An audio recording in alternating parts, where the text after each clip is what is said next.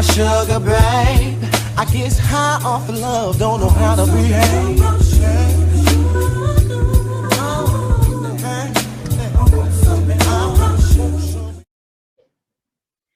Hello everyone and welcome to this special episode of Brown Sugar Talk where we will be celebrating International Women's Day and Women History Month. I am really excited about tonight's episode because as an artist, I always wanted to bring artists to this platform and show as well their artistry, share that with you.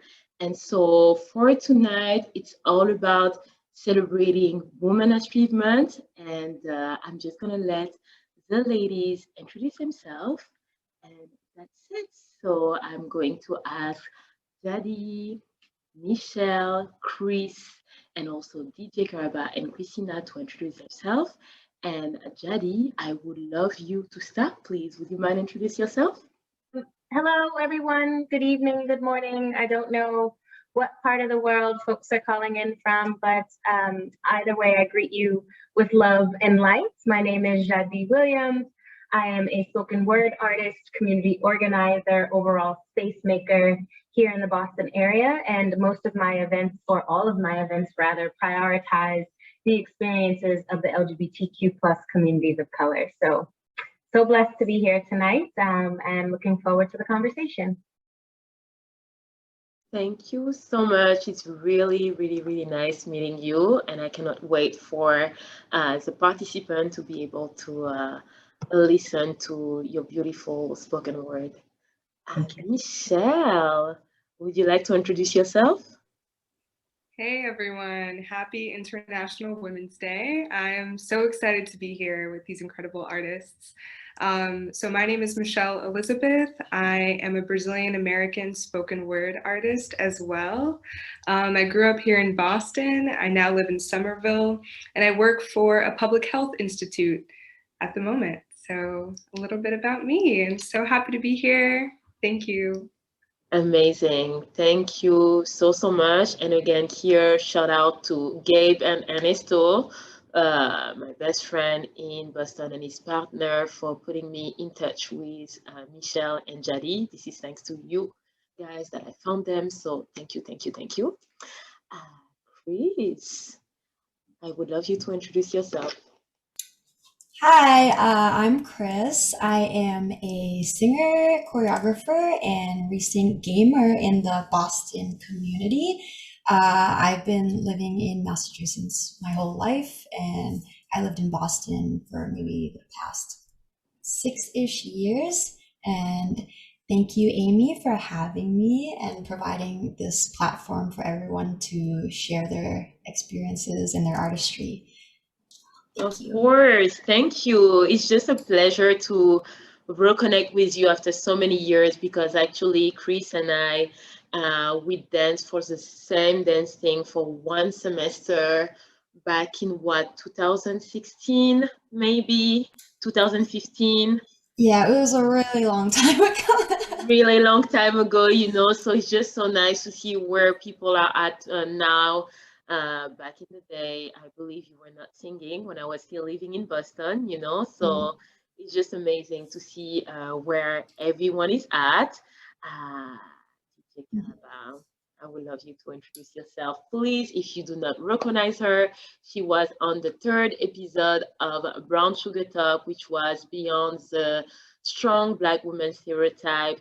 A lot of people fell in love with her vulnerability, with her personality, and I'm so happy to bring her back tonight because she's an incredible artist and you guys need to know. So yes, introduce yourself, please. Merci, thank you. Hi everyone, happy International Day. I'm DJ Karaba, also known as Aglé Kunku. I was born in France, grew up in Montreal, Canada. My dad is from the Congo, my mom is Italian and French. I am a DJ, soon to be producer, and I am also a professional dancer. So I'm very, very excited to be here to celebrate this day with you guys. Yes, thank you so much. I cannot wait. And last but not least, the beautiful Christina just joined us. Thank you so much for your time, Christina. I would love you to introduce yourself, please. Hi, everybody. Thank you so much. Amy, you've been great. So I'm Christina Willborn. I'm based out of Chicago, Illinois. I hold many titles. I also dance like many of you. I'm an electrologist. I'm in my office right now. I'm an electrologist by career, which is permanent hair removal. I also love meditation and breathwork, which is where I'm finding my groove and gratitude right now. So I'm finding my groove with that to provide that for my community. Here in Chicago, I host weekly classes under the umbrella Woman Vibe, and we are a heals and empowerment class. We call ourselves a community, really, not so much a dance class, because in our classes, we focus on just really tapping into your inner self and feeling confident in the skin that you're in. We're very positive, body positive forward. And so we do affirmations, breath work while we do class, and also building our community with women. So yeah. That's beautiful. I love the fact that you already doing the job on a daily basis, to empower women and make them feel better about themselves and make them feel special. And it's beautiful. It's beautiful. Thank you so much, ladies. So now that we've done the introduction, what I am going to do is do a quick discussion before heading to the performance, because we still need to know about them. We still need to empower these beautiful women. So actually, the first question will be for you, Christina, and I would love to ask you, what inspired you to become an encourager for women? Yeah, so I'm also a wife and a mom of 3. After my second child, my postpartum was super, super deep, and I refused to get on antidepressants because I had done that with my first. I already knew that space that I would be in, and I didn't want to be there. So my husband actually really, really supported me and pushed me to connect back with dance. So as I was trying to find out what kind of dance I wanted to do, where I kind of fit in, I really, really needed to build one community of women that were moms or not moms, but just a community of women. And then I also need to rebuild my self-confidence and my self-love in myself. So that's really how Woman Vibe was birthed, was that I was building what I needed for myself, not realizing that other women really needed it too. So it honestly just spiraled. Like I had very slow classes for maybe 3 months. And then that 4th month, for whatever reason, it caught on like wildfire. And we were having like 40 to 50 women in class that were constantly being like, it's not even about the dance. It's not even about moving. It's really about how much you champion us to, love our bodies, to feel in our bodies, to feel in tune with ourselves. And the whole time I was like, y'all, I'm really just doing this for me because that's how I feel and that's what I need. And so I continued to really just hone in on what that was. I started to add gratitude. I started to add affirmations. I started to add journal work in our dance classes, but women didn't realize, I guess I didn't even realize at the time, and now I do. Realize how much investing back into yourself was making the community stronger. So they were focusing on themselves, but as a group, as a collective, we were all raising, and we continue to do that. So I'm an encourager of women because I'm a woman who needs encouraging a lot of the time. So that's kind of how I got into it and why I do what I do. That's beautiful, and I love this title. Is there any of you ladies that call herself an encourager of a woman? I am now. I was not before this call, but I will start as of today for sure. I don't think I realized that was a way to describe the work, capital W, lowercase w, that I do. So I will start as of today. Yes, I'm so glad to hear that. Oh, I love this. I love this. I feel that maybe me too, I need to dig into that, but I feel that I can call myself maybe an encourager of women as well. So thank you for introducing us to this term and explaining, what it's behind it, because I found it beautiful. I found it really beautiful. My next question is actually for you, Jadi, and I would love to ask you, how do you define the value and the success of your work? I think for me, it goes, I know that I'm doing something right when someone else is able to find their voice through whatever it is I'm doing. So very similar to Christina, I started performing spoken word poetry and started, the open mic that I eventually started because I needed a space. I needed somewhere to be. I needed somewhere to express myself. And it wasn't until other people also identified that they needed that same space and that they needed the volume turned up on their experiences did I consider myself to have accomplished anything. Like, that's where I find the value. And I think the other thing for me is that a lot of my poetry focuses on exploration of identities and intersectionality in those identities. And, having anybody, but particularly younger people and or parents of younger people come up to me and tell me that my work, my poetry, my performance gave them some language and gave them some agency to be able to have the conversations that they needed to have.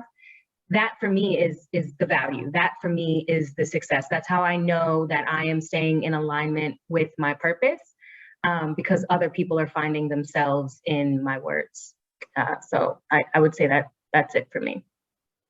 Yes, I love it. I feel that it's a win when, as an artist, the people who will see your artistry reach a point where they feel comfortable reaching out to the artist and being like, you inspired me, you helped me, and now thanks to you, I'm going to be able to do this or that, achieve this or that. I feel that this is when, like, as a dancer, obviously sometimes you get compliments here and there, but the one that really touched my soul, it's when, like, at a performance, obviously pre-COVID, right?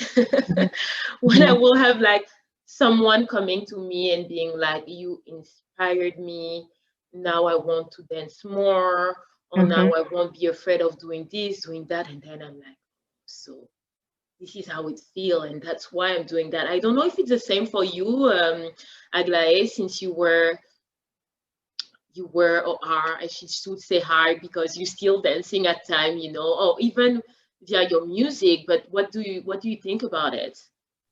I feel the same way. I still get people sometimes saying that they get inspired by me dancing, so it still feels good, because I feel for a long time I like trying to push that away and trying to separate that from the music. But then I understood that just being an artist is all of that, is doing art in general. So it's when I get messages, because now because of COVID, sorry, we don't get to like see people.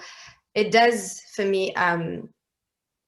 It makes me feel really good, because that's all I want. I just want to inspire, especially the youth and the young girls, because I feel like, especially in music, we don't see a lot of women in general. As I was making my little set for tonight, I was like, oh, I want to create a playlist of women, but the music I play is very like I like to just call it in general like Afro music, so everything that comes from Africa, Brazil, and all that. And I realized myself that the music I play is mainly men.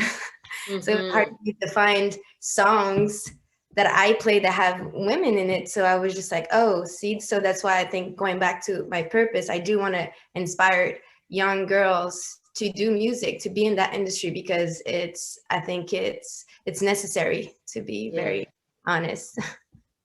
I love it. And like, even me, if I'm not in the younger like audience, how many messages has been like sending to you about your artistry. I feel that the fact that you mixing both, this is what makes you special and what makes you stand out. Because when we see you mix, and at the same time you are literally dancing like full out, you need to watch on YouTube TJIK. Please, if someone can find, or I will do it when someone else is talking, I'm gonna share with you our YouTube channel. Last night I did a full 3 hours 30/4 hours session just watching TGIK on YouTube, and I had the best time ever. It's just incredible, and it's going to give you so much energy. You're going to love it. My next question is for Michelle, and it's how has growing up as a Brazilian American shaped your idea of identity? Yeah, identity is complicated. It's multi-dimensional. It's contextual. I think the biggest thing based on my experience is how much the context you're in dictates your identity in that moment, and that you really have to fight for parts of your identity. There are a lot of spaces where the people around you that really dictate who you are in that moment, even when you don't want that. Like I was born here in Boston, and I grew up in Boston. So I grew up with a citizenship, which is a privilege. But my mother was undocumented for most of my life, until last year, actually. And so it was hard and complicated to live with this privilege of citizenship, but in the context of a home that is undocumented. Invisibility was safety for us. And I never really understood why when I was younger. It was only later on that I realized that you have to fight for your space when you don't have the privilege of citizenship and being an American. And it's complicated to do that, but yeah, I think identity, it also moves. It shapes differently depending on who you are, where you are. Yeah. I agree. I feel that being in that situation when you are, parents that are immigrant is just such a different experience to being raised as like you need to be quiet, you need to be silent, you need to say not too much because we cannot trust.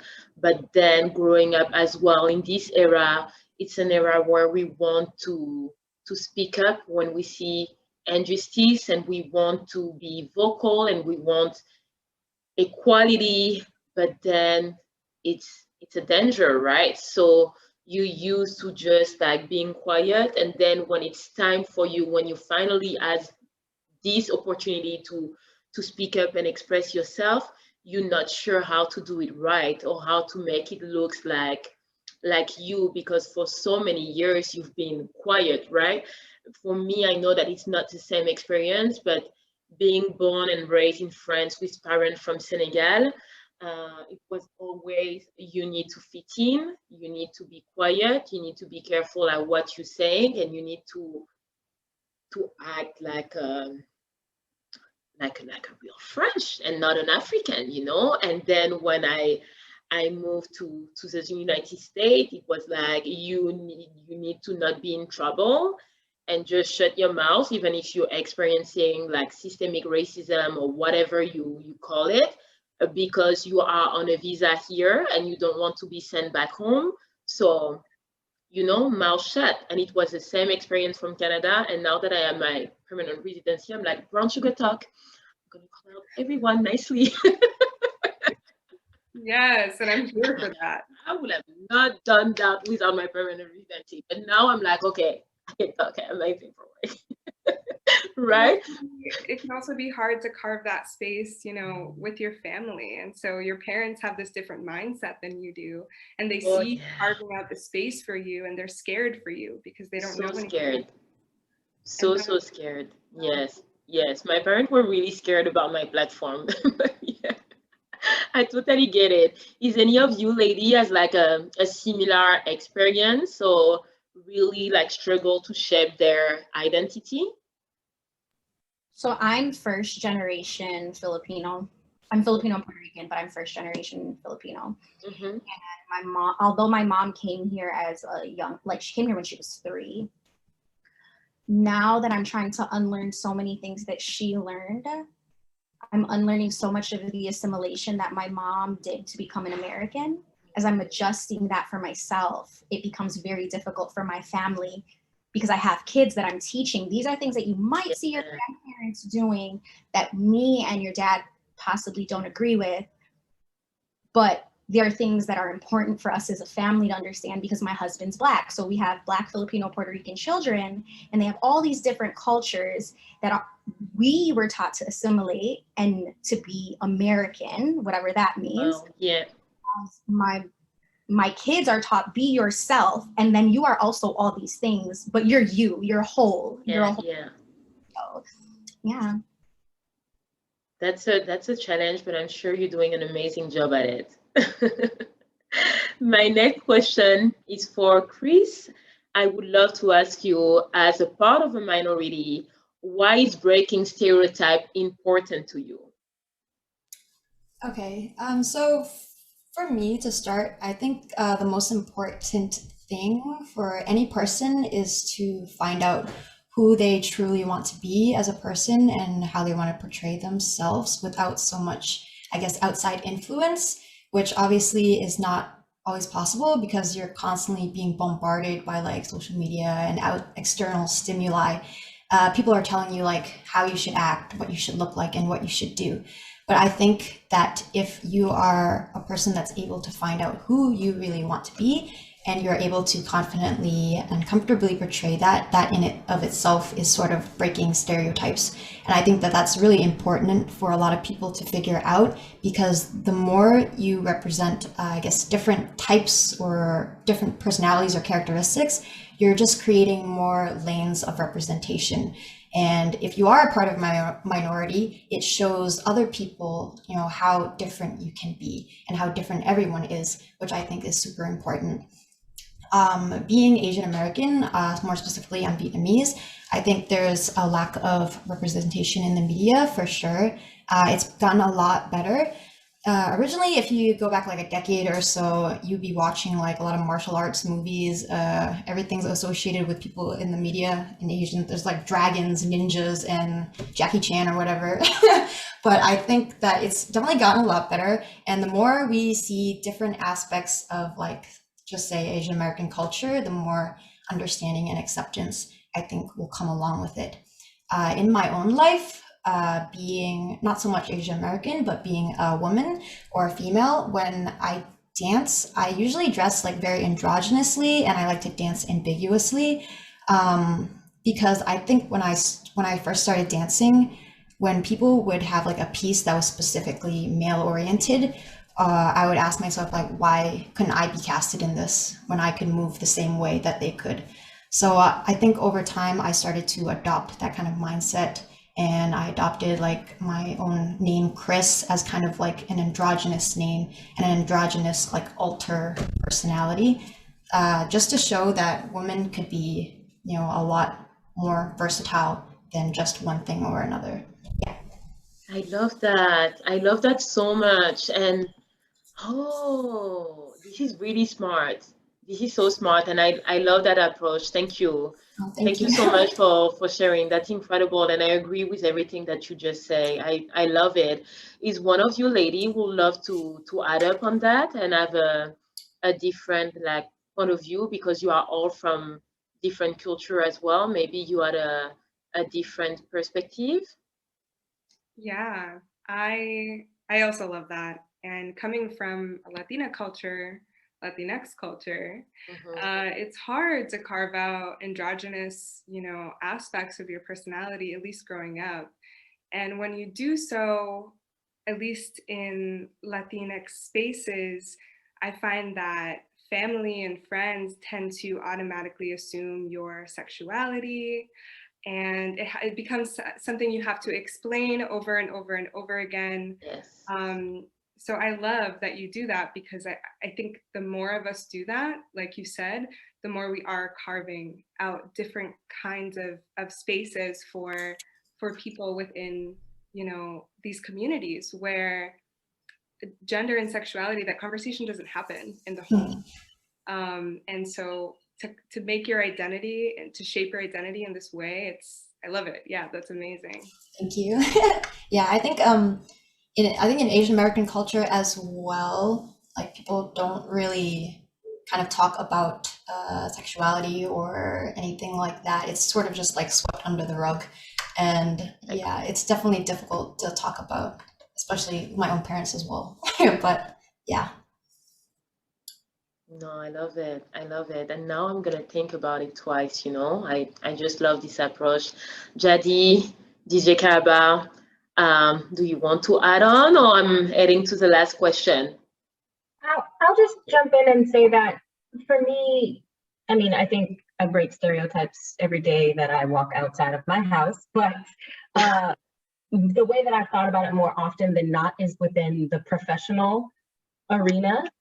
As the Black queer woman in architecture, I am a walking, breaking movement of stereotypes. And every time I walk into a room, into a meeting, I'm pretty sure there's assumptions about who I am and why I'm there and what my role is going to be in that particular meeting. And when I instead start leading the meeting and am identified as the project manager and know what I'm talking about, it really starts to change the conversation, I think. And I watch people's body language shift towards me. I watch their tone shift towards me.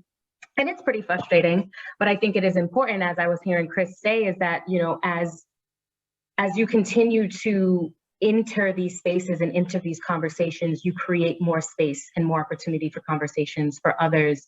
And that's in part why, like, don't get me wrong, y'all, I done thought about quitting architecture so many times. I thought about quitting every day during grad school, if I'm being honest, but I didn't, because I had to realize and respect, like, I am in a place right now that is way more than about just me. This is not exactly about me. This is about an opportunity that I've been blessed with to make space for other people. One, to show folks that they can do this, and then to show other people that we can, in fact, do this, and we're gonna do the hell out of it. And like, you can't stop us. And so I think there's an opportunity to exercise your talents, your skills, your passions, your interests, your willingness to go against the grain in order to continue to make space, yes, for yourself, but also for others, and really start to break down those stereotypes. And like, a lot of the times I'm in a room with my coworkers, and quite honestly, I'm probably one of the closest, the only Black folks they know personally, right? Like, I'm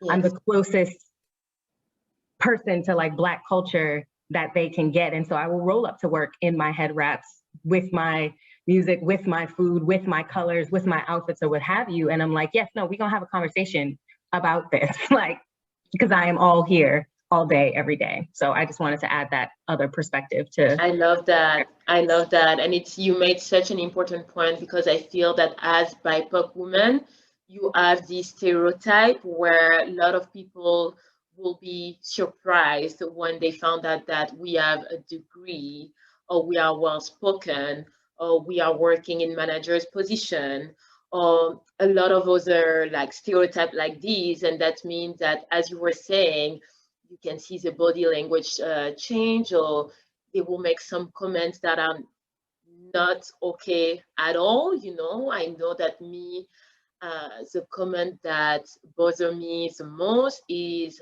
you are so well spoken, you know, or just about my way of presenting, or did you do that at the beginning when I started my platform?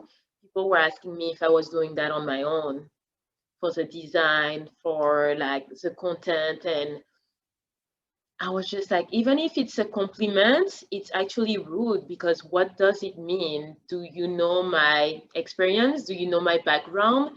And same as you, I'm like the only person of color in my company. So it's not easy every day, but I feel that sometimes we want to give up, but we always have to think about the next generation. And I have a lot of hope for the next generation, because we will be the one raising that next generation, right? And right now we are in an era where we just have enough, and we are just so ready to speak up and make things right, that I'm telling you, our kids are going to be blessed. Are going to be blessed. So I'm actually excited about it. So my last question is actually for DJ Karaba. I would love to ask you, how are you building your name as a Black female DJ? How am I building my name as a Black female DJ? Just saying it, I'm like, I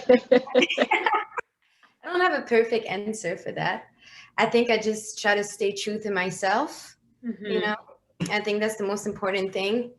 I think in the music I play, you can feel it, that it's coming from a place of heart, and then like from my origin, from my roots. And early on we were talking about identity and all that, and I feel like that was something I was struggling for a long time as a mixed kid, not knowing, you know, which side to fall to, and just trying to find my place as just a human being in this world. And so I always, once I did find, you know, and find my space and be able to be in there, I continued. And I feel like that is a reflection of my art. And I feel that's how I navigate as a Black woman in the music industry. It's not always easy, you know, it's actually pretty hard sometimes because of stereotypes, or because of things that I get told by people, whether I get on a set. And then I feel like that's just being a woman in general in music, but like something as I wouldn't call it innocent or stupid, but just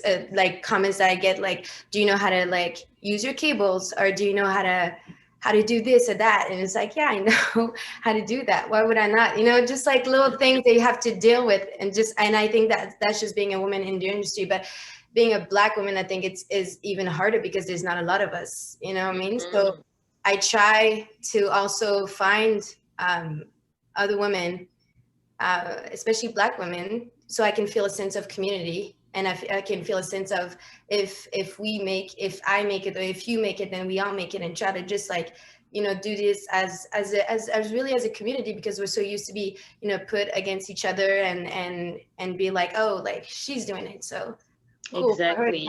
So I always try to just do that as well, because I think it's very important, because society has shown us that like there could only be one of us, when actually there can be so much of us in this. So much. You know what I mean?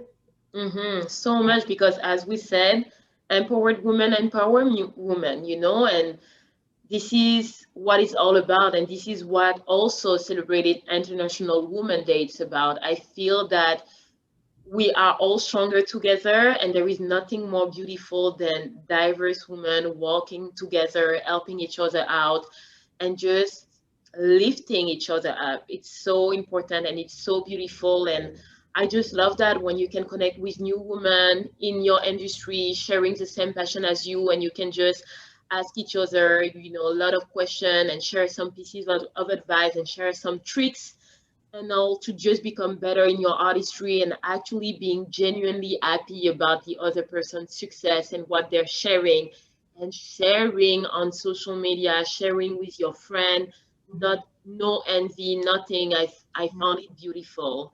So thank you so much for sharing. I love it. We are going to add to the performances, but before we are adding to the performances, I just would love to remind to everyone to support Look Good, Feel Better for this special episode. As I was saying, if you missed the memo, tonight is a special episode. You know, these Brown Sugar Talk conversations are free. You have five incredible women tonight sharing their artistry, sharing their gift with us for free. They are giving us, you know, their time. They could have said no, but they are still here for us.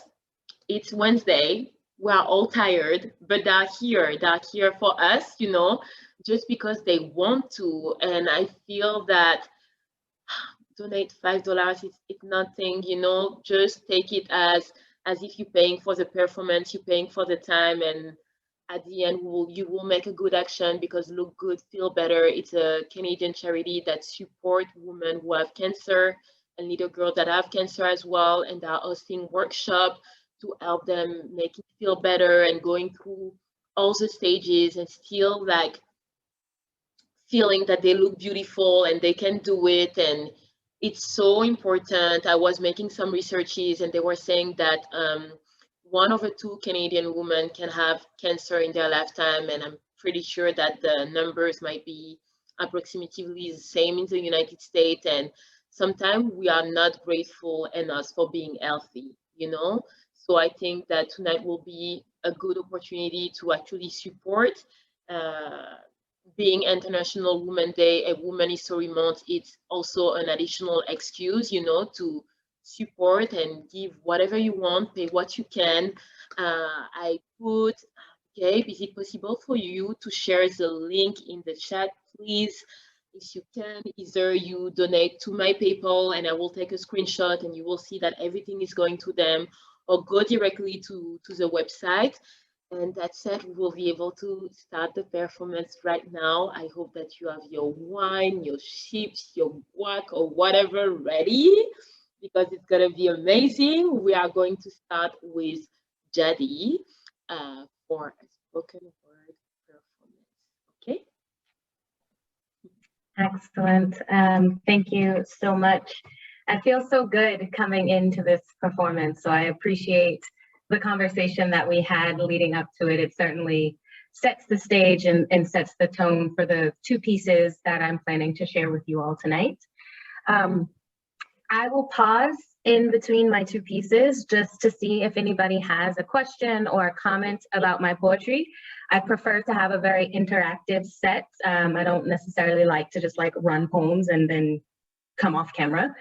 So please do not be shy, or if you're like, what did you say? What did you mean? It doesn't even have to be an intellectual question. It can literally be any sort of interaction, because this Zoom space of performing is kind of counterproductive and like not the vibe that spoken word artists live and breathe off of. So please indulge me and engage.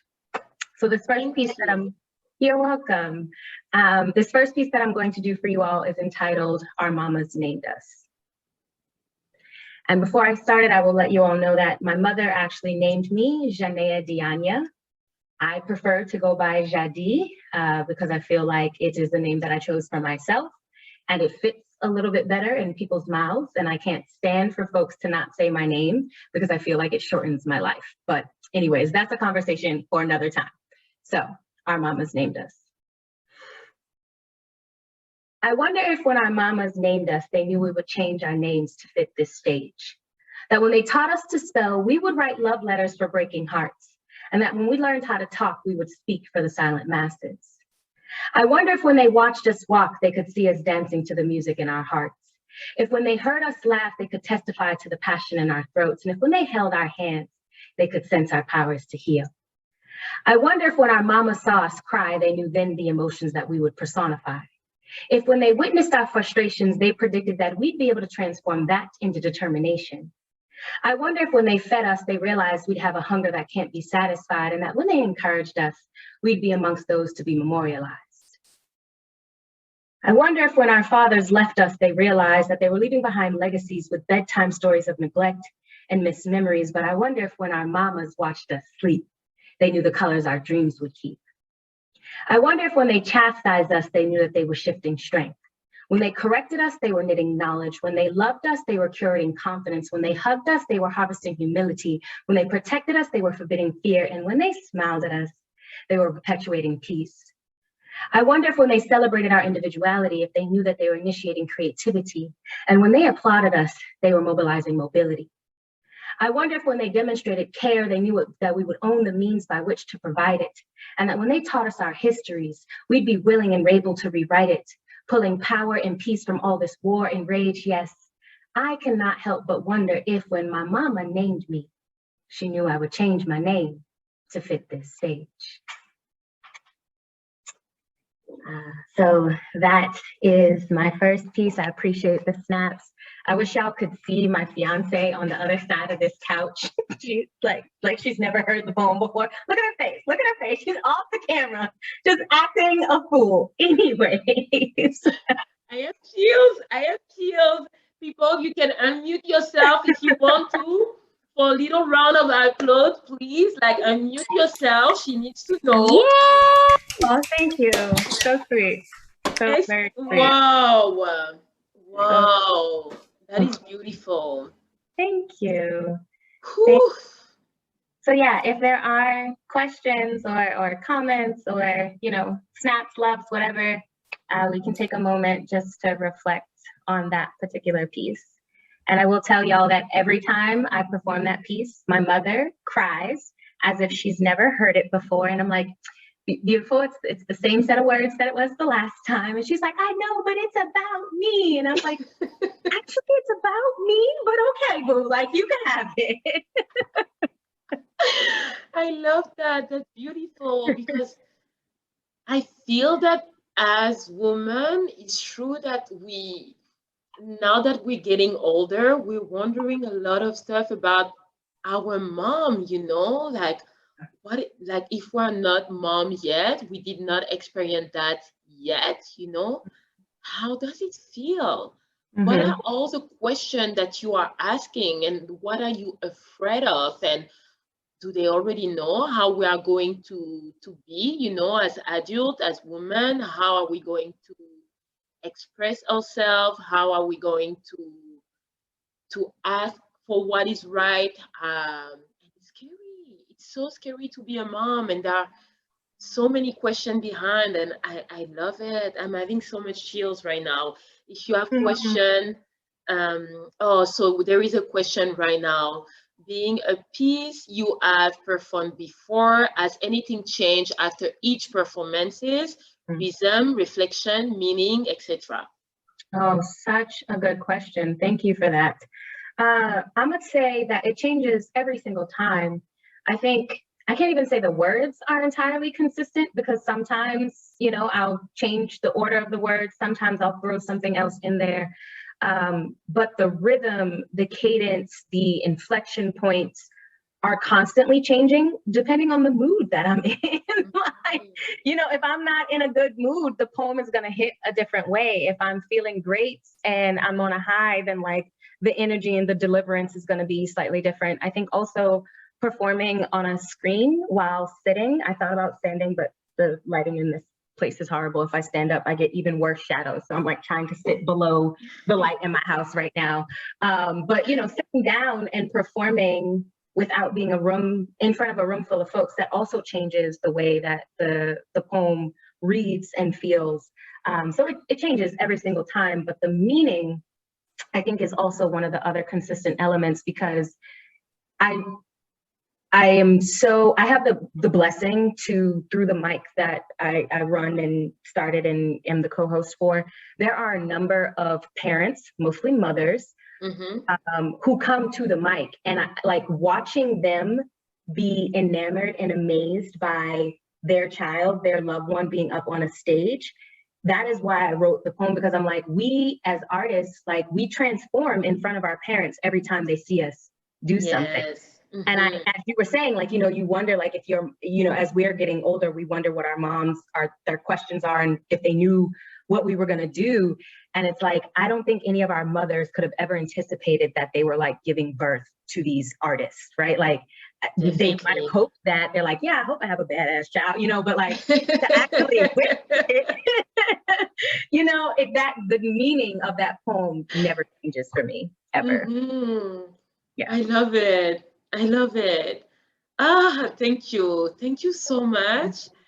I'm so happy right now, guys. You have no idea. You have no idea. Oh, that makes me happy. Like for me, this is what makes me happy.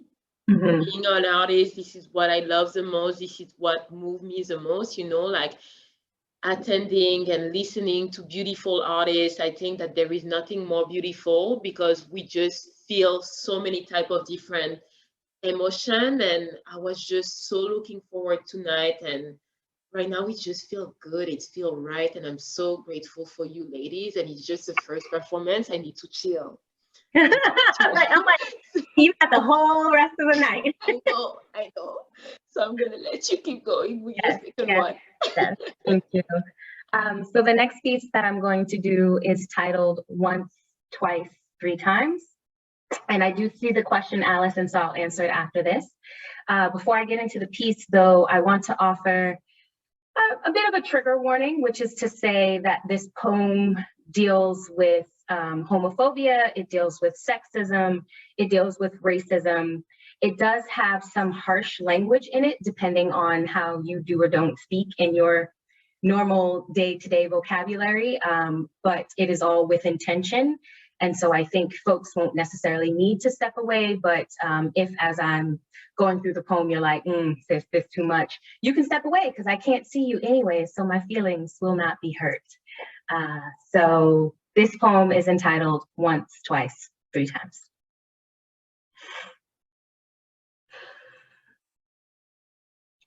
Once, twice, three times the minority. Not considered a whole person, let alone a citizen or intellectual worthy of their majority. See, their rules, their laws, their freedoms didn't apply to me. And when they spoke of equality, they weren't referring to me. They told me I didn't have a voice and that if I did, it would be rejected. Told me I didn't have a choice because it was being cast in shadows, subjected by their pride, fears, and desire to control anything unlike them. Disregarded, disrespected, and neglected by their ignorance, they claimed that my color was confined to slave labor, that my sex needed to be restricted by chauvinistic gender roles, and that my preference would condemn my soul. Told me I could clean their homes, but I couldn't reside amongst them. I could raise their families, but I couldn't head them alone. I could be the female athlete that left them in awe, but I could never be their daughter-in-law. Segregated, separated, set aside by society, but still superseding their supposed superiorities because I am once, twice, three times the person they will ever be. I have once, twice, three times the soul they will ever own. I am once, twice, three times stronger than they want me to be. See, they envy me, they mimic me, they want me and this bravery. They see this walk, remember the history, and want to pick up on the rhythms. They want to apologize, but don't know where to begin because for centuries I've been responsible for challenging their hearts, opening their minds, abolishing adversity, breaking barriers, and defining diversity. See, I add a spice to life that they're afraid to taste, but a little curious to cook with. And their attempts to break me have given me the greatest strength, resilience. So try as they might, but they will never successfully strip me of these rights.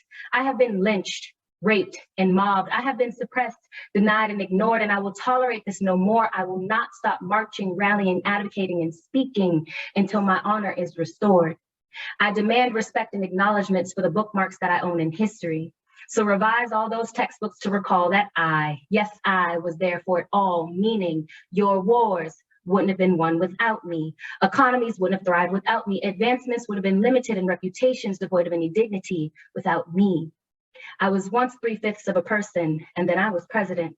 Was once just a housewife, and now I am CEO. I was once a taboo, and now I am mainstream, the poster child of self-acceptance.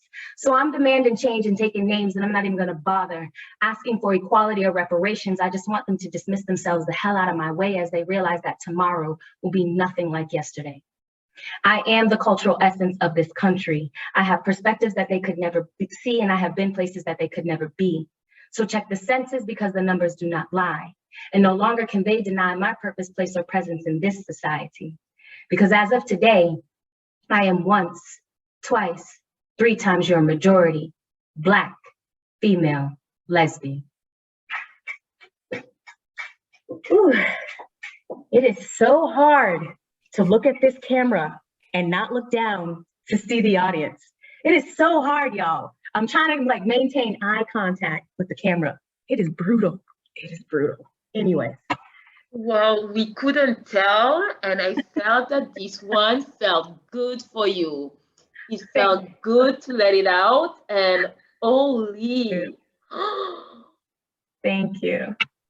I have, oh my God, the chills right now. Like it's so freaking powerful. This is so, so, so, so, so powerful. Thank you for sharing that with us. You sharing so much truth in that. It's actually ridiculous. Like so much truth and so honest and so raw and wow, wow. Would you mind telling me when did you write this? That is a damn good question. I have no idea. It was a while ago, though. I think it's been a while. I think it's been at least 5 years since I wrote that poem. And how crazy it is the fact that 5 years later, it's still super duper accurate. So, and like, that's the thing. When I wrote it, I had no expectation that it would be, in a sense, timeless. Like Mhm. every time I perform it, no matter where I perform it, it continues to resonate and it continues to land. And I'm like, how long is that going to be true? That's crazy. That's crazy. Yeah. That is incredible. Oh, wow. Thank you. Woo. Before we move to the next person, I just wanted to go back to Alice's question where Exactly. they Thank asked, you. you're welcome, where they asked if I've had any other reactions that were unexpected or made me look at the Mama's Named Us piece. And no, I can't say that I've necessarily, I've had any reactions. I mean, of course, you know, some folks wanted to dissect the piece, especially the few lines about fathers. And I very intentionally included that line because my father did leave when I was 2. And so again, the poem is actually about me, not about my mom, but you know, she thinks it's about her. And so I have had some like, not even pushback, but people are like, oh, like I want to, you know, peel back the layers on the poem. And what did you mean when you said this? And what did you mean when you said that? But I think that's probably the only kind of different reaction that I've had. It's been a lot of curiosity. You know, and then the snaps and like the thank you for the poem. But yeah, nothing really to make me look at it super differently than the ways that I do. If that answers your question, Alice, I hope it does. Thank you. Thank you so much. Does anyone have any other question before we're moving on to the next artist? I'm sorry, I'm like struggling to speak right now because I'm like, wow. So thank you. No, you are incredible. And the fact that you are sharing this vulnerable and honest poem with us, you know, it means a lot. I do not take you for granted. I see you, I value you, I respect you, and I'm sincerely grateful about this right now. Oh, that's amazing. Thank you. Yeah, as I said before, I'm very excited and honored to be here. When you presented the opportunity, Gabe connected us, I was like, yeah, no, this is necessary. So I return the gratitude back to you, all of you. So Thank you. So I think we don't have any additional question for you. So thank you so much. Please stay here. Keep enjoying, you know. Have your fiance joining in. She can come next to you. Come enjoying the show. You know, I would love to see her. Do not invite her. She will roll right up. Give her a motion. She's getting a chair already. Thank you. Amazing. Come. Everyone is welcome. You know, it's a pleasure. And hi. She's joining. Amazing. A lucky woman out there, huh?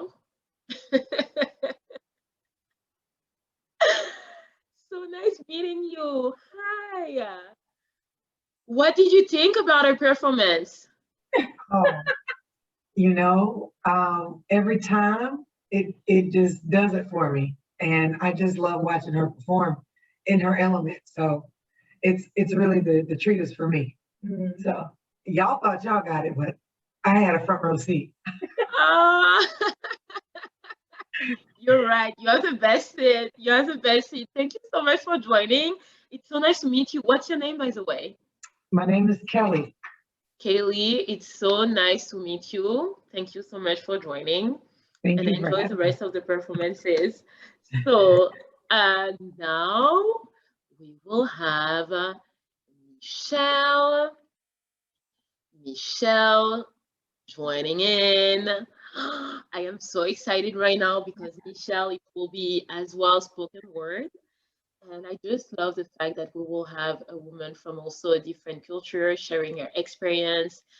We did talk about your poem, but obviously I am not gonna say anything about it. I'm just gonna keep it quiet and let you start. Thank you, Amy. Firstly, thank you, Jadi, for setting up the space and the setting, the energy. It means everything, especially like you said, this virtual space, it's hard to navigate. So I just appreciate your work and your words. It was beautiful. The piece I'm performing is an original piece called Ripple Effects. It is a fairly new piece. I started it a couple years ago, but I really refined it rather recently. There are some parts in this piece where I'll be speaking in Portuguese, so most of you may not understand what I say, but I think that's a part of my day-to-day as well. And this piece is really about an experience. So it kind of speaks to my experience of, in some spaces, feeling a bit fractured. And I just wanted to say that so people aren't like, wait, what's going on? Okay.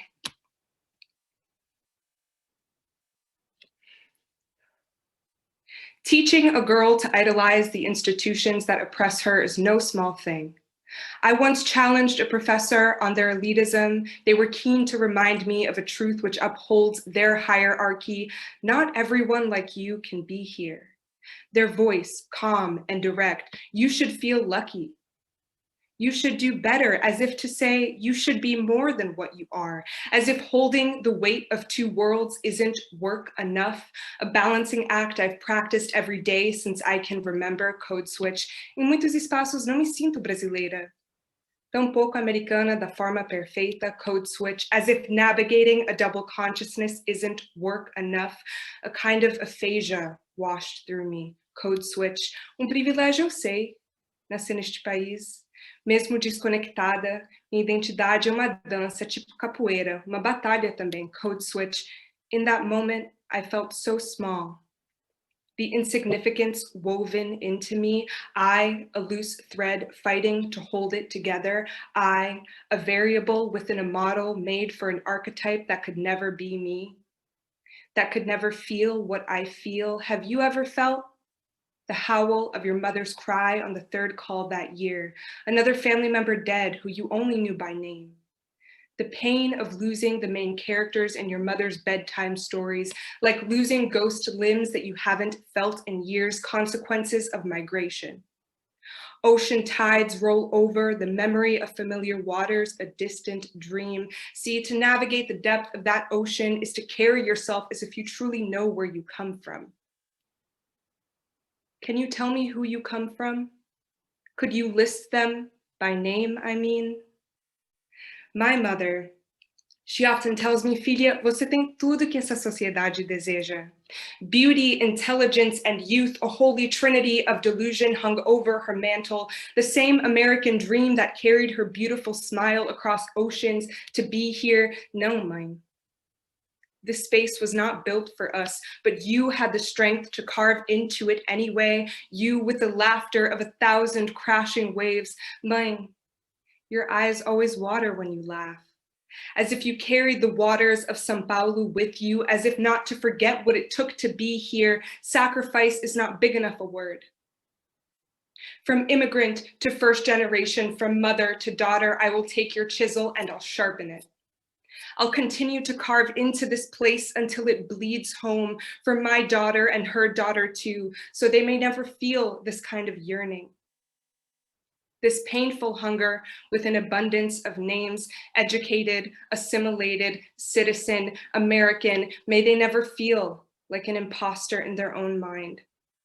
May they know the shape of every wave that carries them, and birth ripple effects that free the women after them. Thank you.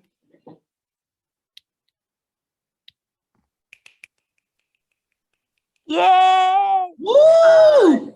Please unmute yourself because wow, that was so deep and powerful and so beautiful. And it's interesting because I don't speak Portuguese, but please, this is so. Gabe, you need to unmute to mute yourself. He got so excited. I love it. I love it.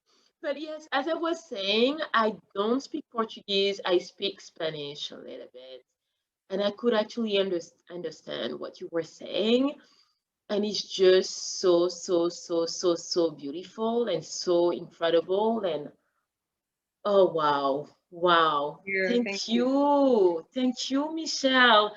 Do we have any question? So what motivates you to write this?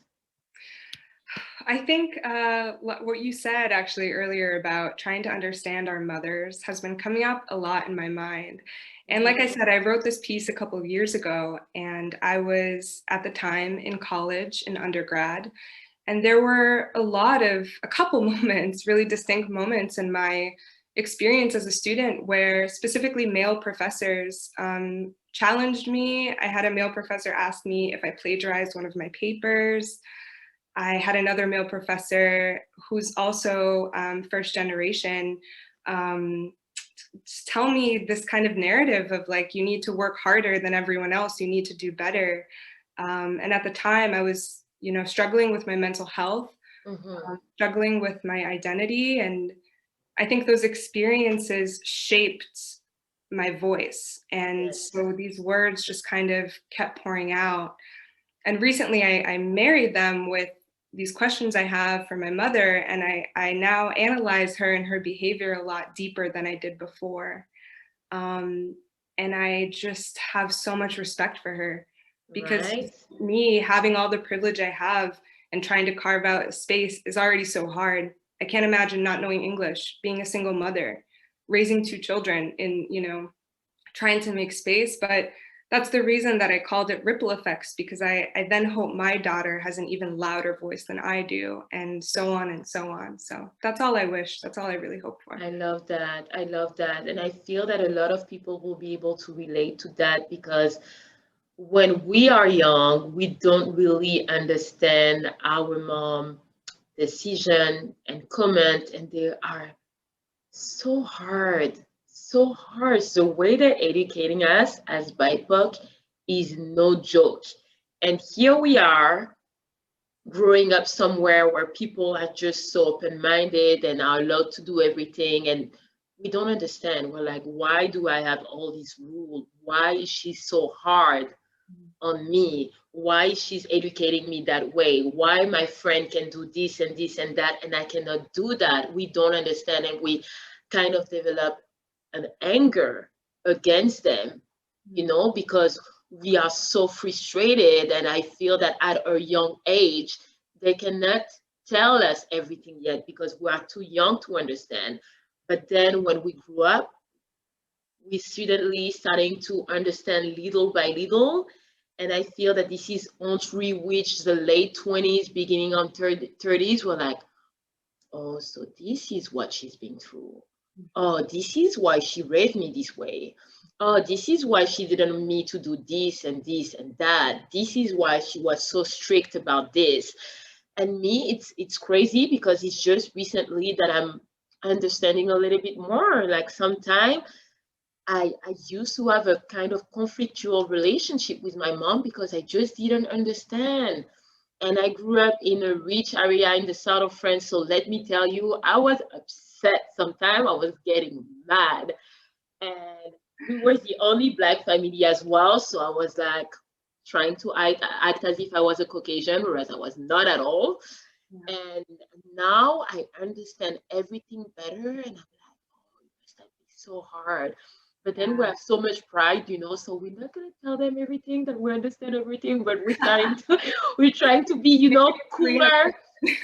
Yeah, like sometimes I will tell her, you were right, or I understand this, so that, but I'm not telling everything, because then otherwise it will be like a headache with her being like, you see, I told you, I'm always right. So I'm like, just sharing a little bit, being like, I understand. But no, that makes sense. That makes sense. I love it. I love it. And Gaby saying, I love the spotlight and love for mothers tonight. And this is right. This is right. I love it, because this is thanks to them that we are on this earth right now. So we better acknowledge them and recognize them. And I love that. Thank you, Michelle. Thank you. Thank you so much. So Christina is back. And before heading to the music part, I would love us to, go back, take a sip if we need to, and we are going to do actually some breath work and positive affirmation with Christina. And a little story, actually. I joined a clubhouse in the beginning of January. And there were a challenge for women groups the entire month of January, a 30-day challenge. And Christina was part of this group, and at some point she did breath work, meditation / positive affirmation at the end of the conversation. And I was in tears because I got a positive affirmation where my word of the year was surrender. I picked my card. I forgot what was the card that I picked. And then Christina mentioned that word literally 3 times during our meditation. And I was like, you better be kidding me. You better be kidding me. And what I love about Clubhouse is that when you actually really like someone, you just have to click on the profile and there is a link of their Instagram and you can connect. I legit DM her right away. I was like, what you did right now was just incredible. I need to connect with you. Just thank you. And I just shared with her like what happened and how I felt. She answered within 5 minutes. Like, she's so cool. And I said to myself, one day I'm going to bring her on Brown Sugar Talk. And here we are 2 months later. So I'm really, really, really happy right now.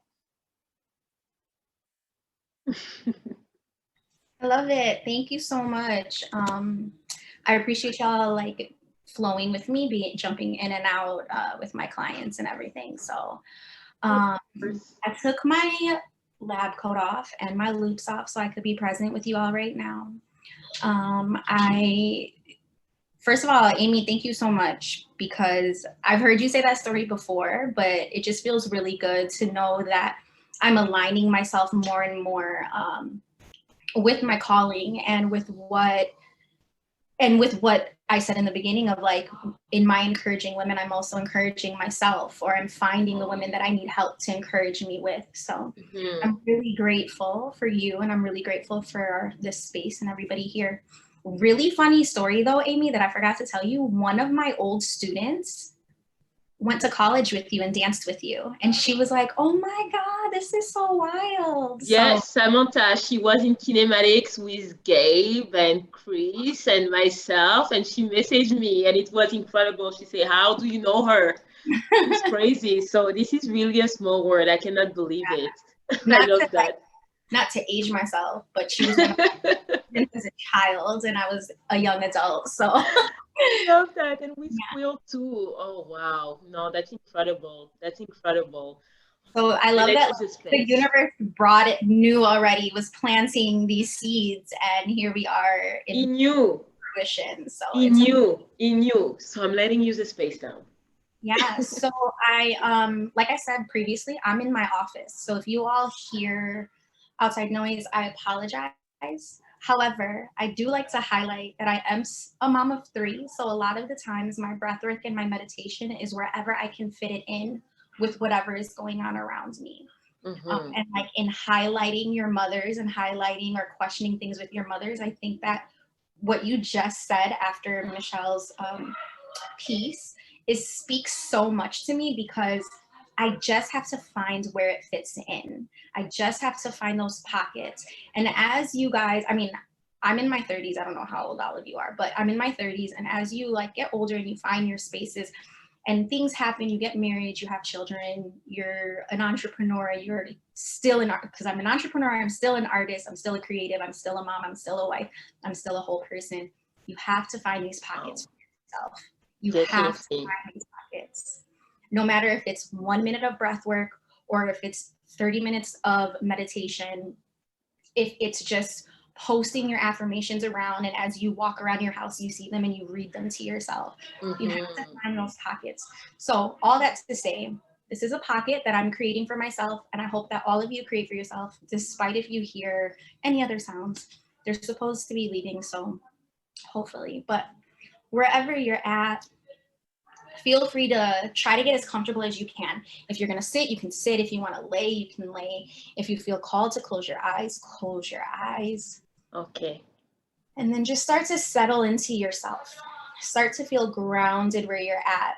If your feet are on the ground, feel the ground underneath you. I'm sorry, guys. If you're sitting on a seat, feel your hips connected, feel your sits bones connected, and envision roots from whatever is connected to the ground. Envision roots connecting down deep into earth, into Mother Earth, connecting you deep, deep, deep. And then remember to sit up tall. So my roots are grounded and my crown is high. My roots are deep, but my crown is upright. Lift your chin if you need to. Adjust your shoulders, roll them back down your spine, shoulders close together. So whichever feels good to you. If you're laying, sometimes people will do it laying down. Again, still grounded in earth, still lifting your crown, making sure your crown is upright. Go ahead and take a big breath in through your nose here. And let it out through your mouth. Take a big breath in through your nose here. And let it out through your mouth. Once more, take a big breath in through your nose here. And let it out through your mouth.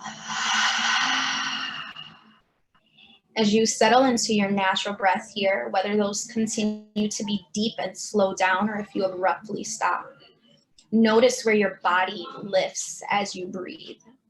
Is your abdomen raising and falling? Are your shoulders raising and falling?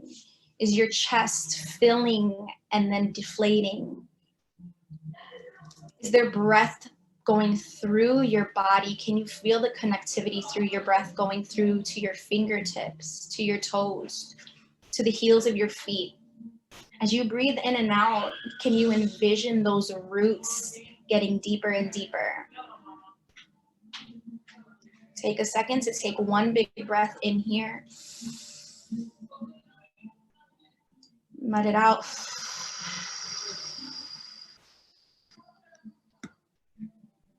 This time, take a big breath in, raising your hands overhead. Reaching up for your goals, reaching towards the sky, reaching for your dreams. And then as you release the breath, let the hands fall down by side. Again, take a big breath in, reaching your hands overhead. And release, let them fall. Once more, in overhead. Release, let them fall. This time, release your hands up overhead. Hold the breath at the top, reaching, reaching, reaching, extending your crown to the skies. And as you exhale, hug yourself. Squeeze yourself, hold yourself tight. You're all muted, so you can outwardly say, I love you, and insert your name. So I love you, Christina. Say it again. I love you, Christina. And once more, I love you, Christina.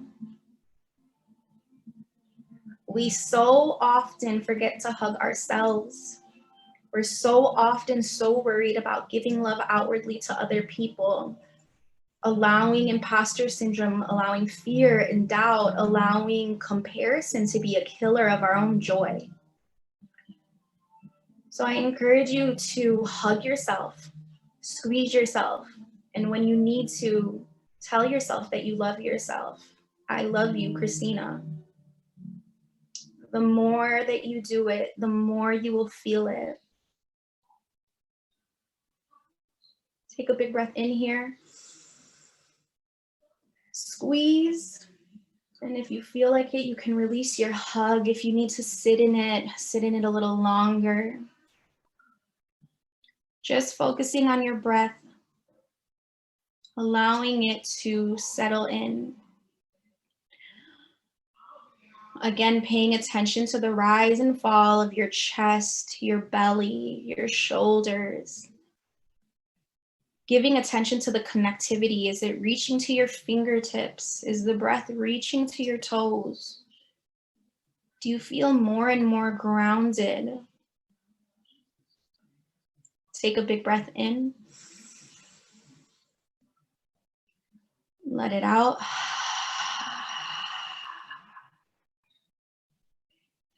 I also encourage you to remember that no matter what you identify with, no matter what your pronoun is, you are whole. You are a whole person.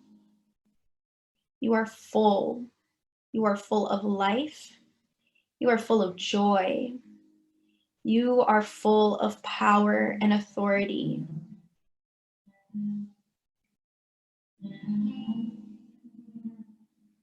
Love yourself a little more every day.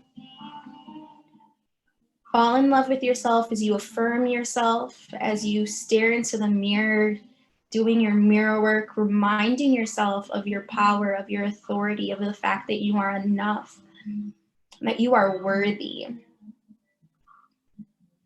That no matter how you look, or even sometimes how you feel, what is deep inside is your authentic self. And as you love yourself a little more every day, you will continue to have that inner self come out. You will continue to live your life authentically and live your life fully and to pour from abundance. Take a big breath in through your nose. Let it out. Breathe in for 3, 2, 1. Hold for 3, 2, 1. Exhale for 3, 2, 1. Again, inhale for 3, 2, 1. Hold for 3, 2, 1. Exhale for 3, 2, 1.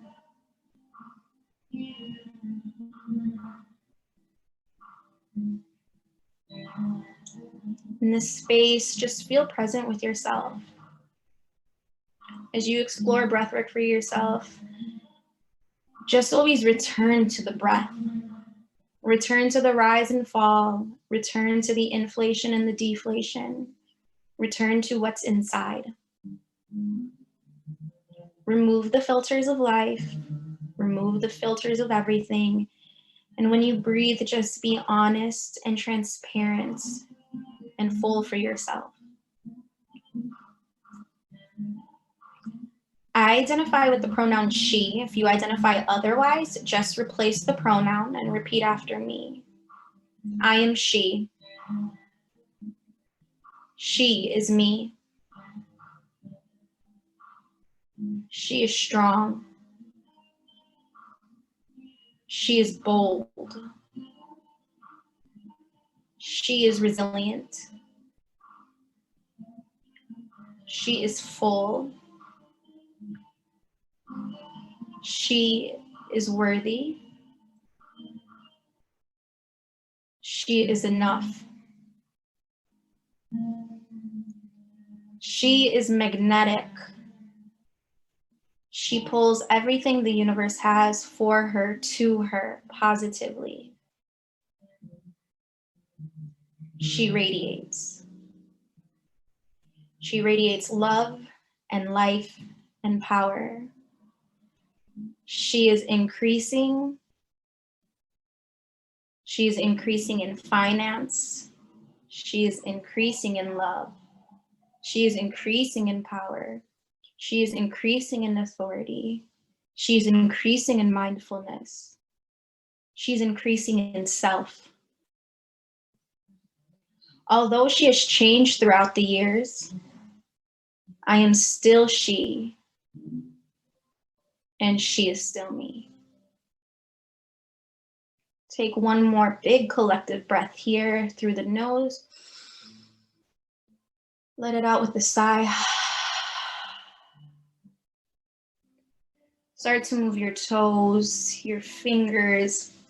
If you need to do a head roll or a shoulder roll here, lick your lips. And return back. You can start to open your eyes. And I pray that you all feel good. I pray that that was a moment that you were able to just breathe and feel present for yourself. It is my prayer that everybody finds time to breathe throughout the day, and everybody is able to remove their fears and their worries and their doubts and affirm themselves in their own authority. Thank you so much, Amy. I definitely needed it because my schedule was wild today. And so I thank you so much for forcing me to take the time for me while taking the time for you all to do this. I appreciate you so much.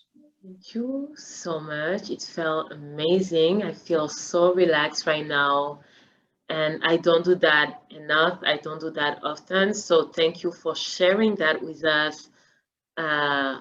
I need to process my idea because right now I'm such in a relaxing stage that words are struggling to come to me.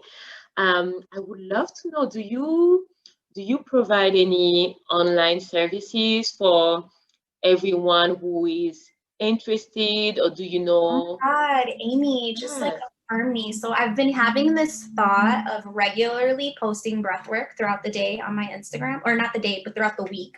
Mm-hmm. And creating and accompanying my breath work to a gratitude virtual notebook, like a digital thing. Come on.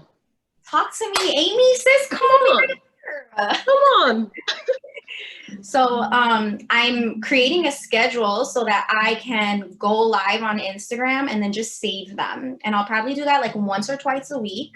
Please. I'm thinking top of the week and end of the week, 2 different breath works.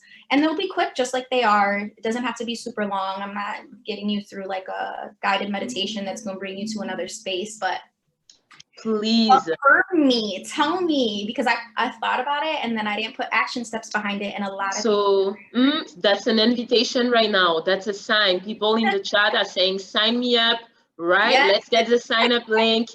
Please do it because that's so beautiful and we don't take the time to do that. And we all get so busy, and I found it incredible the fact that despite your busy schedule, you find the time to do it.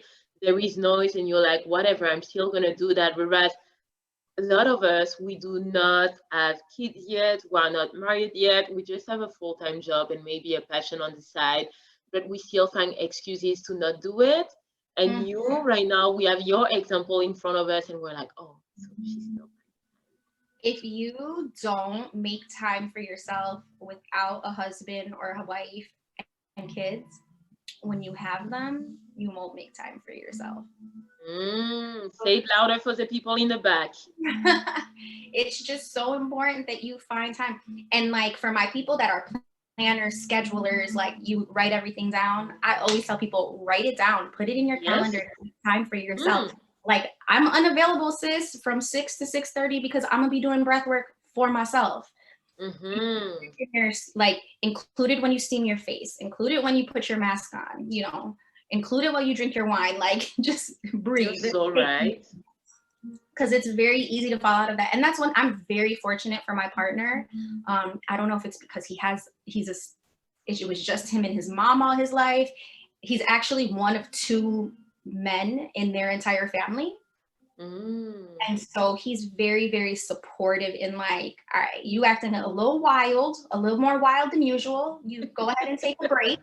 He's very good at that, where I'm like, you saw my text, Amy, I'm all over the place. I'm like, okay, I got to do this, but I can do this if I do this between this time. And he's like, all right, last night he was literally like, you have sent this woman 45 texts in 15 minutes. I need you to figure it out and then message her. And I was like, don't tell me about myself right now. So he's very supportive. And then he's like, take your time. But it's very... You see, we made it work. And you're here tonight. And as I told you, do not worry about it. It's chill. It's a chill platform. And I'm so glad we were able to make it work. You are incredible. And thank you. Thank you for sharing that incredible practice with us. So guys, now that we are all relaxed, we are ready to enjoy some good music. I am going to invite Cris to just, share a beautiful music with us. Let us know if it's your personal music or if you are doing covers. I believe you are going to share 2 songs with us tonight. I'm really excited. She has Such an angelic voice. Be ready to get some chills. I'm so excited. Oh boy. Thank you for the intro. First, I just wanted to say how completely like humbled I am to share this virtual space with everybody. I feel as though I'm like really I'm quite young and like I'm still quite lost in my own life, and I've been trying to figure out like what is going to make me more confident day to day, etc. And being around everyone here is like a little bit intimidating because everyone seems like very confident and like they know what they like to do. But it's also been very inspiring and refreshing to hear everybody speak and present their own. I'm gonna interrupt you a little bit, Cris, here. Mm-hmm. While in your 20s, trust me, no one knows what is going on in their life. Yep. We do not have a shit together at all. 20s, it's the years, like the 20s, in your 20s, you are making your biggest mistake. You are taking the biggest risk. And this is the time for it. According to me, this is when it's time to just making sure that you're doing all the things that you want to do, because when you will be older in a relationship and with kids, obviously you won't be able to be reckless. Mm-hmm. So right now, this is a stage of your life where you just figure it out, what makes you happy, what is your calling, and just live within your purpose. Try to figure it out. Do not stress about that. There is no, like, don't compare yourself to the other. Mm-hmm. Don't look at society expectation. Do not look at your parent expectation, because we know how it is also with the BIPOC education. You know, the parents are really hard, and obviously they did not do things this way, where now we are at an era where we're like, you know, do what makes you happy. COVID-19 is freaking happening. Life is way too short. Yeah. Maybe die tomorrow. So you better make something that makes you happy. Mm-hmm. So please, don't you think that we have a shit together? Because I'm 30. I still don't have my shit together. Okay. I practice. Make it until you make it. Okay. Practicing. Thank you for that. Just needed to interrupt and yeah. Thank you. Yes, Michelle say, live within your progress. And you better enjoy the process. You better enjoy the progress and celebrate every little win. Okay? Okay, thank you so much. So I'm going to just be sharing 2 songs by 2 female artists that I enjoy listening to a lot.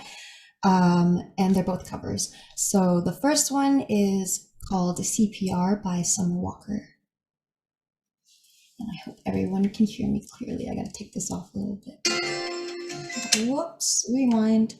Here we go.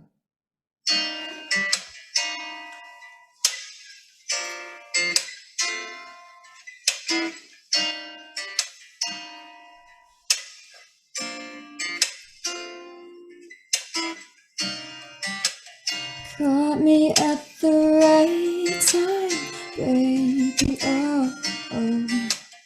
I was at the edge, yeah. I was at the end. Made me feel like there is life worth living. Made me feel alive, oh yeah. Turn me on my side, baby. Where would I be without your love beside me, baby? Where would I be? Probably gone, oh. 'Cause it feels like CPR. Yeah, it feels like CPR. Made me love again, like notice I can't stand you out. I don't wanna talk about it, but no one understands me, no. You're the only one I'm confiding in, darling. Only really need a love to you, baby. Push your love on all my days. How you fix my heart, oh darling. Everything I've done, you know.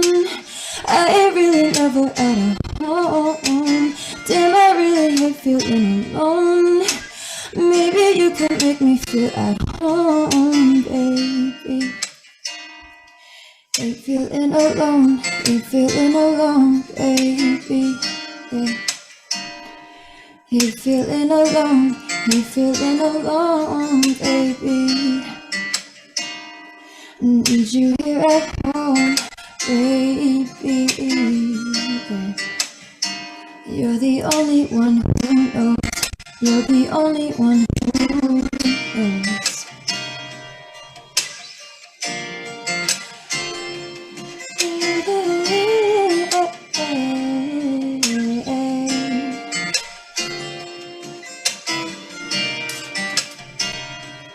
Where would I be?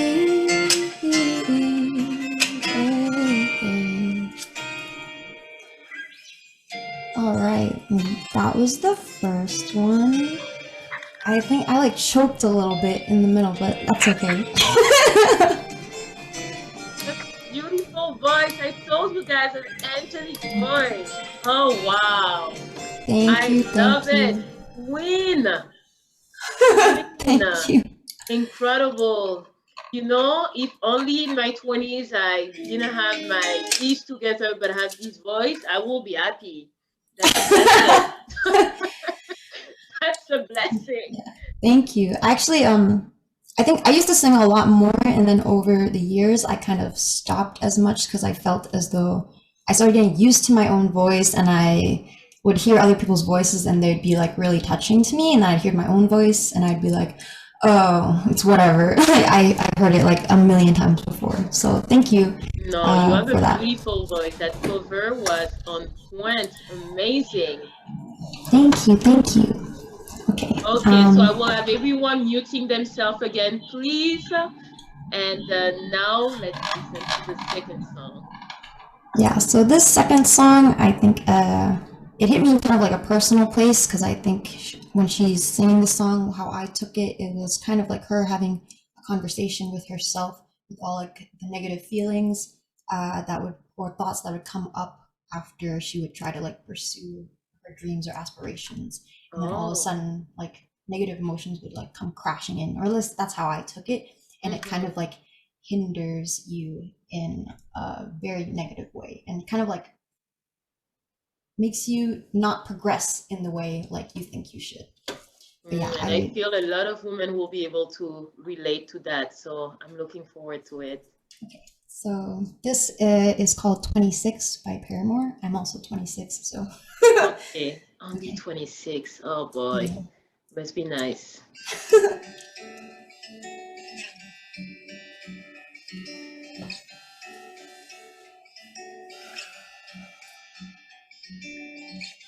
When you really know how to get someone down,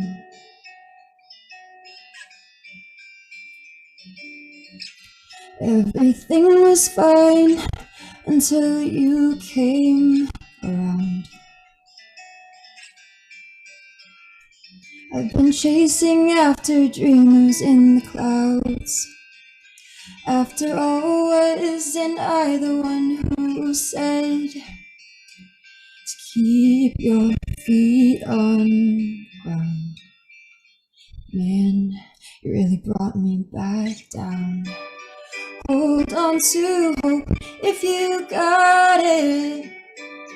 Don't let it go for nobody. They say that dreaming is free, but I wouldn't care what it cost me. You got me tied up, but I stay close to the window.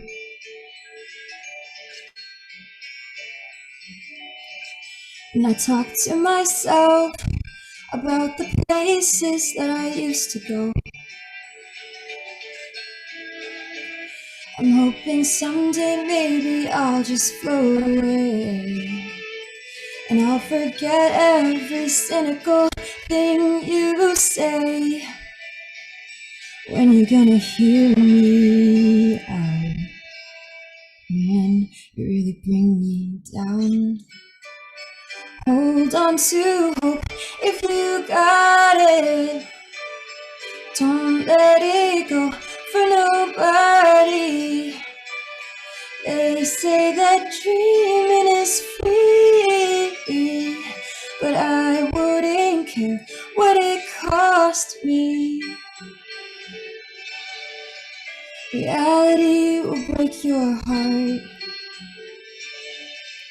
Survival will not be the hardest part.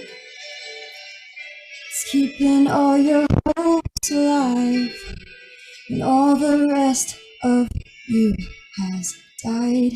So let it break your heart. And hold on to hope if you got it. Don't let it go for nobody.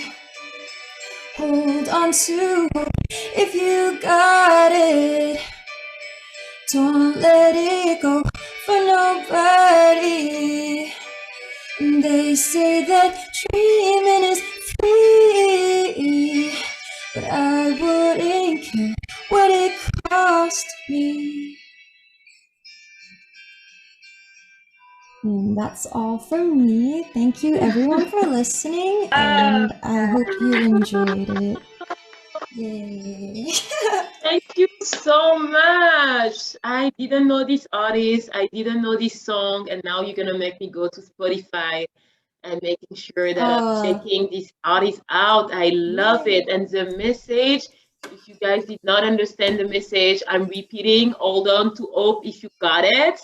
Exactly. Like, oh, this is beautiful. Your voice is such a blessing. Thank you. Thank you, Cris. Cris, you are beautiful. And please promise me that you will never doubt about yourself, about your skills, about your gift as an artist.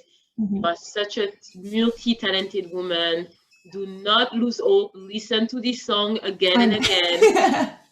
26 is freaking nothing. You got this. Take your time. Be gentle. Be kind to yourself. And you got this. Thank you so much, Amy. Thank you for having me. You are incredible. Last but not least, guys, last but not least, we are going to have my friend, my dear friend, DJ Karaba with us, and I'm so excited right now. I'm gonna try to keep it together, but maybe not, because I know it's gonna be bomb, and I'm gonna have to stand up, so you might not see me anymore, but it's okay. I'm actually invited everyone to turn on their camera if they want to, because we are going to dance. And oh my God, are you ready? I think I'm ready. I just want to test that it's gonna work. But if people are not too shy and they want to just turn on the camera, I would appreciate it, because I just love to see people dancing, or even if you're just feeling it. Yes, turn on your cameras, please. I'm gonna switch camera to the other one. Yes, okay. Okay.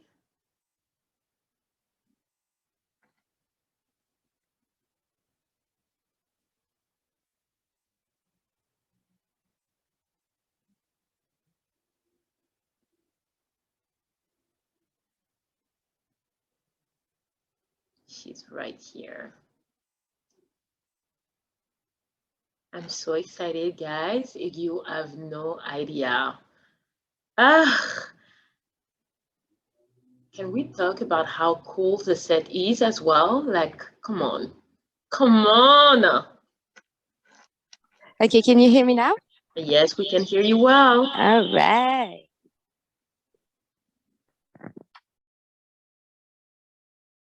So just to put you in context, I just, let me hear myself. Okay. Just put a bunch of songs that I really like from Badass Woman. I don't always have the clean version, unfortunately, but I'm sure it'll be fine.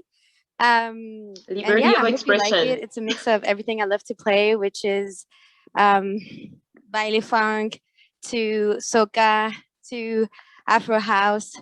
So yeah, all of that. I hope you have fun. Don't be shy to put stuff in the comments, and enjoy the ride.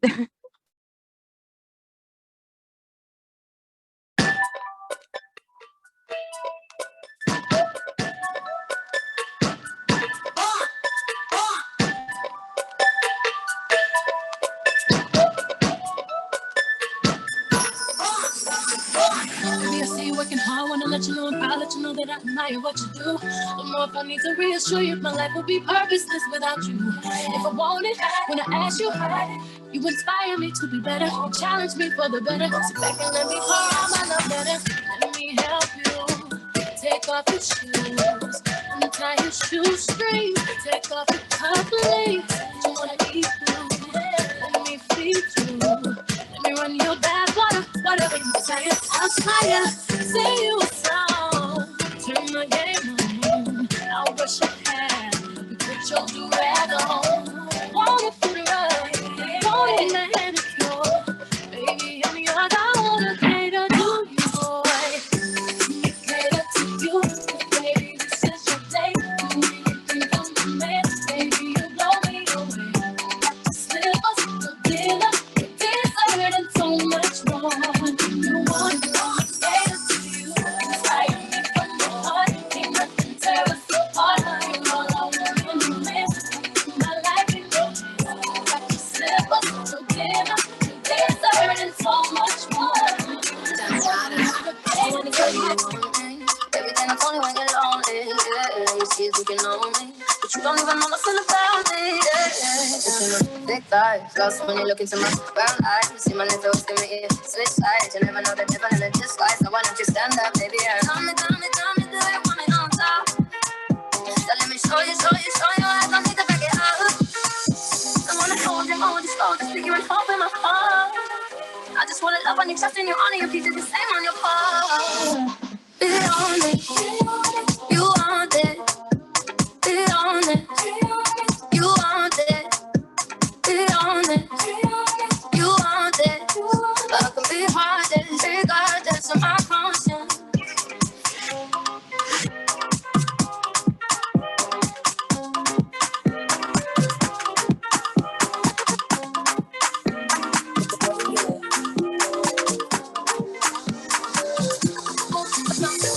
Comportement bah ouais, j'ai dit comportement bah ouais, j'suis dans mon comportement bah ouais, j'ai dit comportement bah ouais, les mecs ont bombé la torse ouais, j'ai dit comportement bah ouais, les vaches le remplis de lait ouais, j'ai dit comportement bah ouais, me coller, ambiancer, ce soir ça va gérer, maintenant les carrés, BIP, qui voudra me gérer, qui sera la plus fraîche, tu verras les plus belles fêtes. Sont où les Français?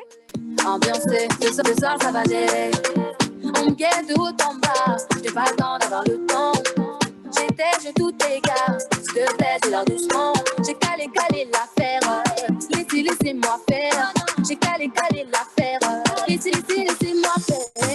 Comportement bah ouais, j'ai dit comportement bah ouais. J'suis dans mon comportement bah ouais, j'ai dit comportement bah ouais.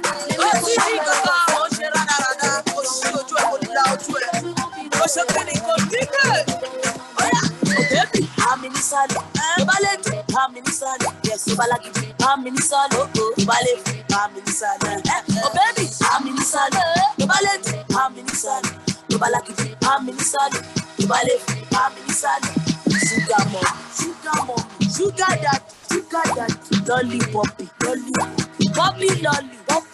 send me baby, 10,000, credit Allah, 10 million, yokoko, yoko suna, caterpillar, baby mama, yokoko, yoko suna, caterpillar, baby mama.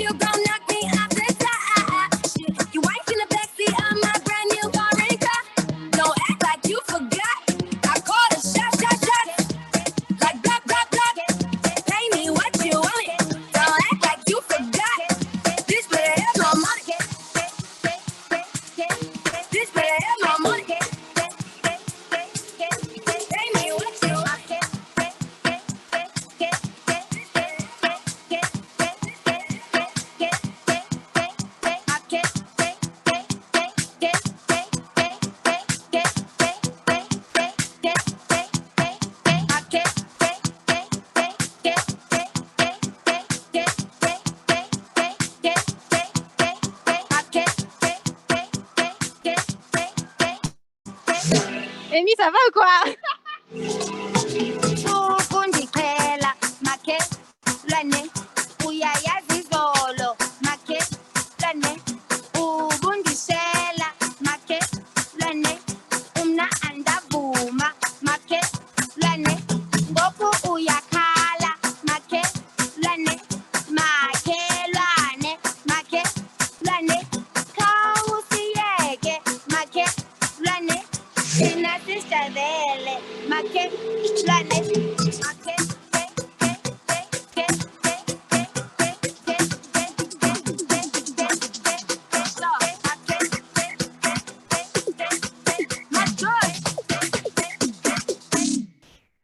Unajifanya hunioni, labda mini John Cena. Linifanya mpungwa wako, labda mini Madiba. Sina plan, sina cash, hata pesa misina. Endo manu na nichiti kama nikuiria. Lakini mini nimekupenda though. I don't know why you treat me like a criminal. Hey, we were just together though. On the same line, why you presidential though? Some man I act rough like John Cena. Some man I get rough like John Cena. You used to be cool when I used to come to you. Now you wanna act tough like John Cena.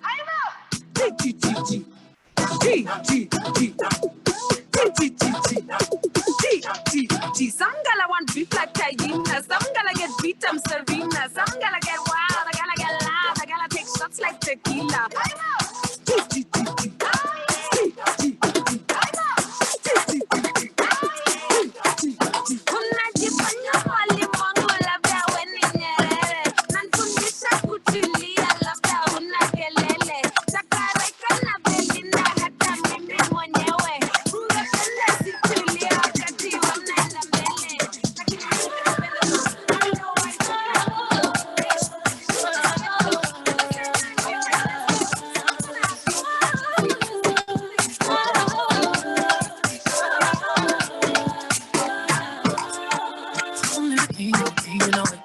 Already, you know it.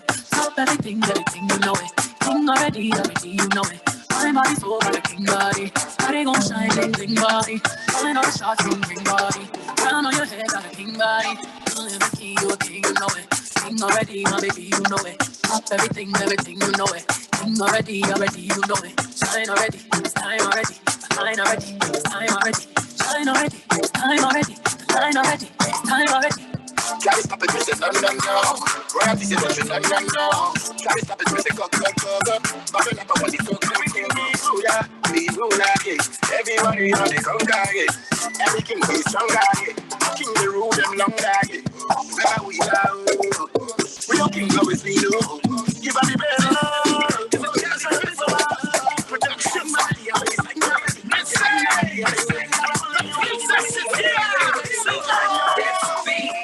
Automatic, supersonic, hypnotic, funky fresh. My body's so melodic, this beat flows right through my chest. Everybody, Martin, Poppy came to party. Grab somebody, work your body, let me see you 1, 2 step. Stop it, everybody get on the floor. Crank the party up, we about to get it on. Let me see you 1, 2 step. I love it when you 1, 2 step. Everybody 1, 2 step. We are this outrageous, so contagious, make you crave it. Jazzy made so retarded, top charted. Ever since the day I started, struck my stuff and yes I flaunt it. Goodies make the boys jump on it. You know I can't control myself now. Let me do my 1, 2 step. Stop it, everybody get on the floor. Break the body up, we about to get it on. 1, 2 step, I love it. 1, 2 step, everybody 1, 2 step, we about to get it on.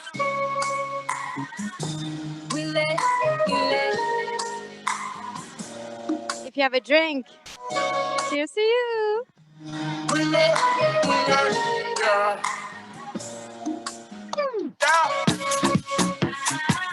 Fly like I'm not side. Move my hips like a south side. I'm like butter on a lobster. We lit. Got me singing like I'm Shaka. Moonwalking in me casa. Young Queen Cleopatra. We lit.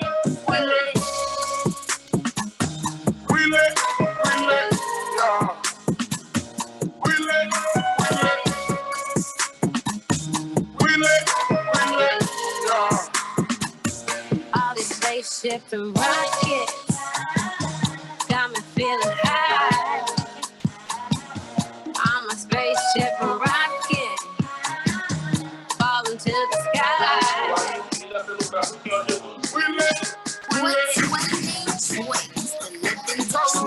Big dope, full of money, he was getting some coins. Was the shootouts with the Lord, but he lived in a palace. Bought me Alex and the McQueen, he was keeping me stylish. Now that's real, real, real. Gun in my purse, bitch, I came just to kill. Who wanna go first? I had him pushing daffodils. I'm high as hell, I only took a half a pill. I'm on some dumb shit. By the way, what he say? He can tell I ain't missing no meals. Come through and fuck him in my automobile. Let him eat it with his grills. He keep telling me to chill. He keep telling me it's real that he love my type of pills. And he don't like I'm bony. He wants something he can grab. So I pull up in the jag and I hit him with the jab like dun, dun, dun, dun, dun, dun, dun. Oh!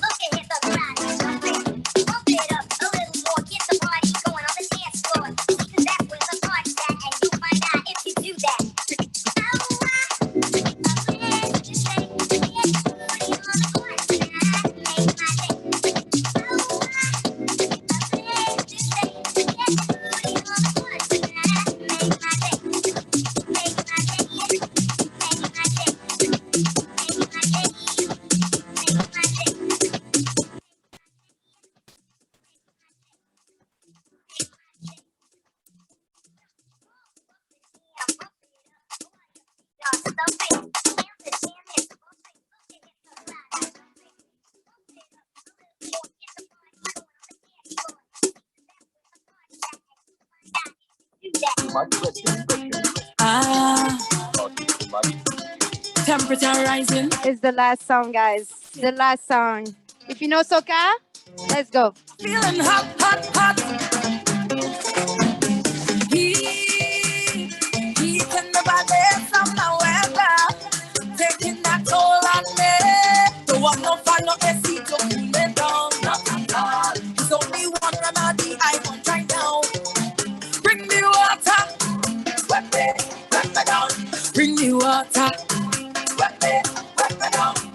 Turn up the pressure is the kind desire. One thing give me pleasure when I am here.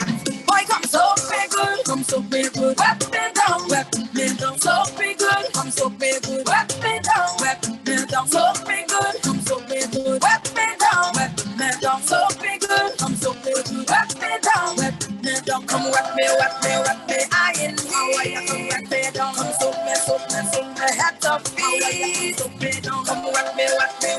I in here, come so me, head to feet.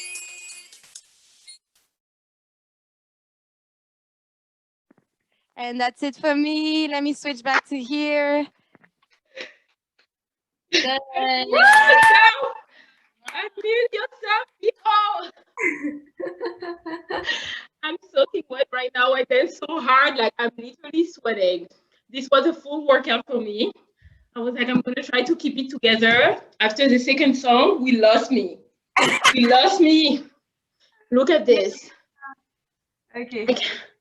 I cannot even have a conversation. I'm out of breath. I look at the time and I was like, oh, okay, I'm going over time. I was like, I'm just gonna finish now. But I was You like, are the freaking best. Like, what is that mix? Are you freaking insane right now? The transition was so smooth. The song that you've decided to mix together, like, are you actually real? Are you a real human? I am. No, but like, why are you so talented like this? Like, can you share your secret? What was that? Look. I'm supposed to shoot something after today, after tonight's episode. I'm gonna have to need a retouch. Look.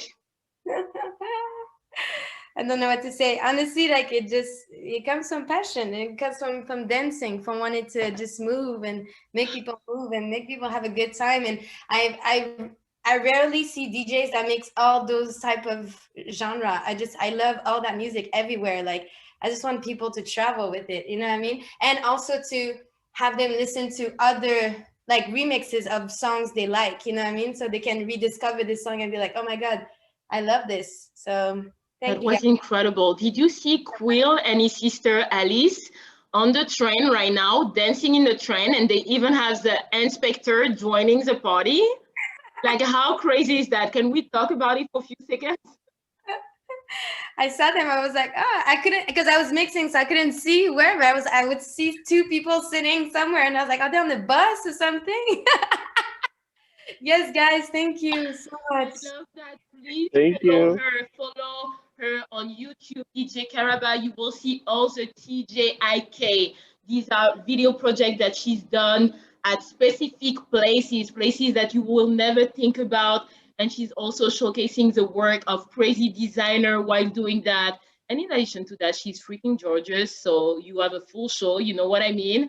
She has a new TJIK coming up really soon. Is it coming up this Friday? This Friday. So guys, stay tuned. You are also on Mixcloud, I believe. SoundCloud. SoundCloud. I'm so sorry. SoundCloud.